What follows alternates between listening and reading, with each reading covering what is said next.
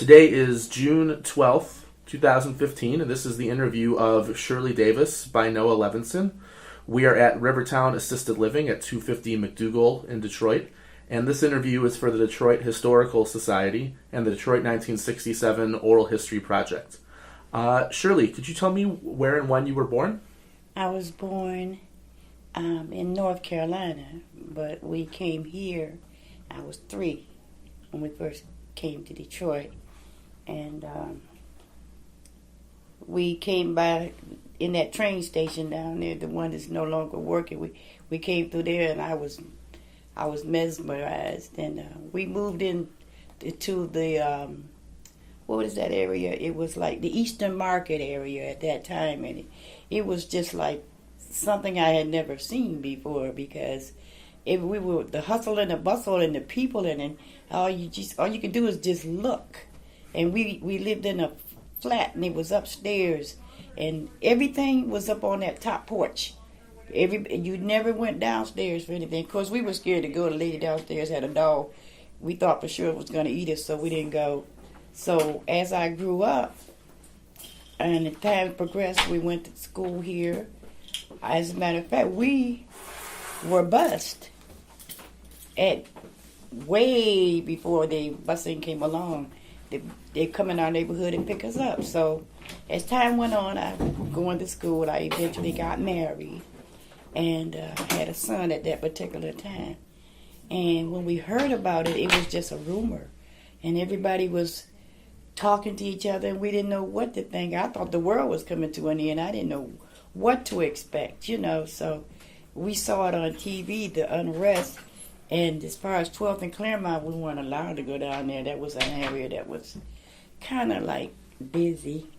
And everything that was going on was going down there. I had always promised myself I was going to go, but I missed it.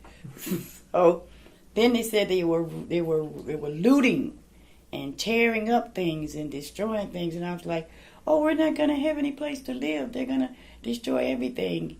And you watch TV and you see people smashing and breaking and tearing up and running. So where I lived was Southwest Detroit. That's where I lived. But beyond that, off of 4th Street, we had a let-up bridge that you could cross over to come from one side to the other. So they let the bridge up. Nobody was able to come across. And then we're sitting there in the front porch like we did every evening, and tanks. I had never seen a tank before in my life. I thought they came to shoot us or to blow our houses up. We didn't know. The information that we got was very limited. They're just coming, and it's going to be bad. So we sat on our front porches and just prayed, hoping we don't get blowed up. We didn't know. And they'll tell you, get back in the house, get back in the house. Well, where else could you go? So all through that night, it was just like scary, because you couldn't control anything. You didn't know what to do. You were in your own neighborhood, and you saw all of this, and it was just like, is this the end of the world? Are we going to be able to recuperate from this? And we sat around and we talked, and I'm going to be truthful, we prayed. Please, God, don't let them blow us up. Because you don't know, And at that time, my husband was working, and he was on the other side of the bridge, and I just didn't know if he'd ever make it home. So we sat there and we prayed that night, and it passed by. But the next day, we saw the devastation. What the people had just lost it. They just tried to destroy the city. I mean, they were very upset, very upset. And seldom and rarely did we get out.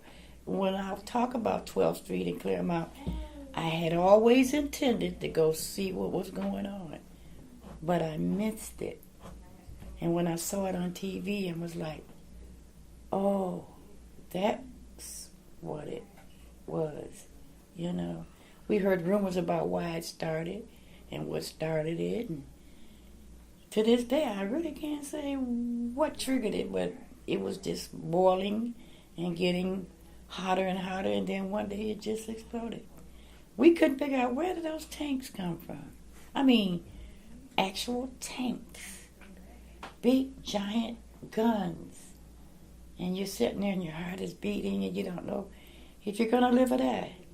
But as you can see, we lived. And it went on, and the next day on the news we saw what they had done. And to this day, I don't think that place ever recuperated. You can see the scar wounds when you go by. Buildings, businesses closed up. It was a very viable situation at one time, but they squashed it. They just really squashed it. And I don't know if it served a purpose. I hope it did. And things changed for the better, but all I can remember is just, I keep seeing those tanks. I had never seen anything that big on the street. Get back in that house. Okay. Okay, so that night we went to bed and just hoped that we get up the next day and be all right. I could go into more detail or not, but I can't. That's just what happened in my neighborhood. In my neighborhood. How old were you when this was going on? I think I was 19. And I didn't know if my husband was going to get back home, if we're going to have another day. Did we have to hide? What was it, you know? Because I lived in a kind of like a rural area. Right in that area, we didn't have much communication with what was going on around us. So when it broke out, it was like, you said it did what? What's going to happen? And the TV made it look much worse.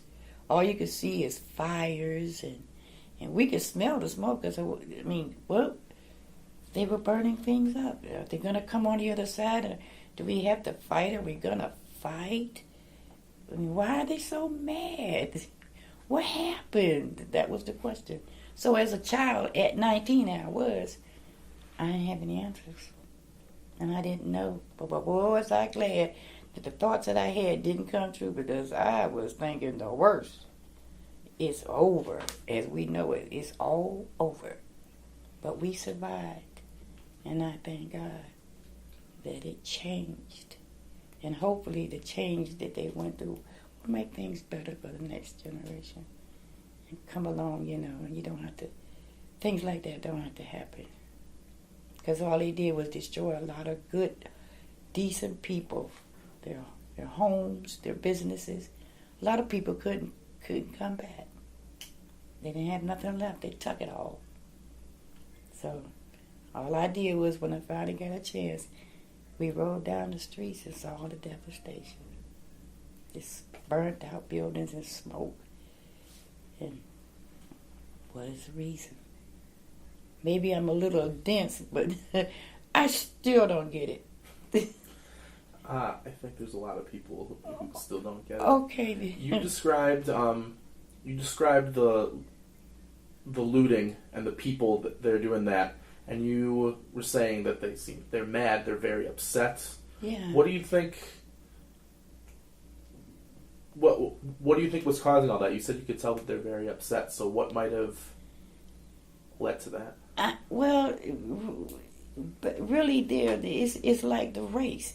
One race is a little bit higher than the other, the things that they were given, and I guess they just got to the point where we're tired of this and we want to change it, but that wasn't the way. But when you're mad, you don't think, well, I'm taking this and I'm taking that, and they looted, and I don't even want to say what I heard from one of my friends. It was looting. I didn't loot. I'm going to be real, I didn't. He actually looted and only got one shoe. Why would you take one shoe? I said, why were you there? And I was with the rest of them. And look what I got. A shoe. That's pitiful. I guess it's just when everybody sees everybody else out there, followers and not leaders who are out there. Get it. Just tear it up and fix them and get it. And I think that's what happened. I'll never forget that shoe. That's all he got was a shoe. So a lot of people, historians and writers in particular, describe the events of July 1967 as a riot. What term would you use to describe what was going on then? Well, because I wasn't sure, what a riot was, because you had to really be in that situation, though. I thought the world was coming to an end. I thought it was a war. I thought it was going to be a war. And what was I to do? What were we to do? What were we expected to do? You know, we're in our neighborhood. We had everything that we needed where I lived. You know, we were kind of closed off to the outside world where we lived. You know, it's called Southwest Detroit. And we had our own markets, supermarkets, stores, and whatever. So we didn't venture out. But when they came in, we thought that was the end of it. As we knew it, that was going to be it. You talked about also the, I think you described the neighborhood as being scarred. You can still see the scars today. Yes. What do you think, when you think about Detroit today, the year 2015, is Detroit still struggling with the fallout from that and recovering from it? Where do you think we're at now? I think that part is gone. And it's time, even when people come in and make bad decisions for us, I think Detroit is just a strong city. And given the opportunity, we'll spring up from anything. Anything can happen. I can't even imagine there being no Detroit. I can't even imagine it. We have such history, you know, right here at the river. I think about the Indians used to wash their clothes down there at that river, you know. And so anything that strong has to survive. It really does. So when I look over at Canada, I'm thinking to myself, I'm seeing a whole nother world right across the river with my eyes. And I said, they're going to build on this and keep it going. I feel we're coming back. We're going to come back strong. You can't keep Detroit down. I love this place. No matter what they say, I love it. I'm not going anywhere. I'll stay right here. Stay right here. That's wonderful. Sorry. This is the place to be. Yeah. If you're a bit afraid, then you can't live anywhere. You have to have heart. And you have to have principles and scruples, and you want to be steadfast. Just like even being here now. It's a new, wonderful adventure. What is it that's happening now or recently that lets you feel so strongly that way? I guess it's because I'm older and I've seen some things.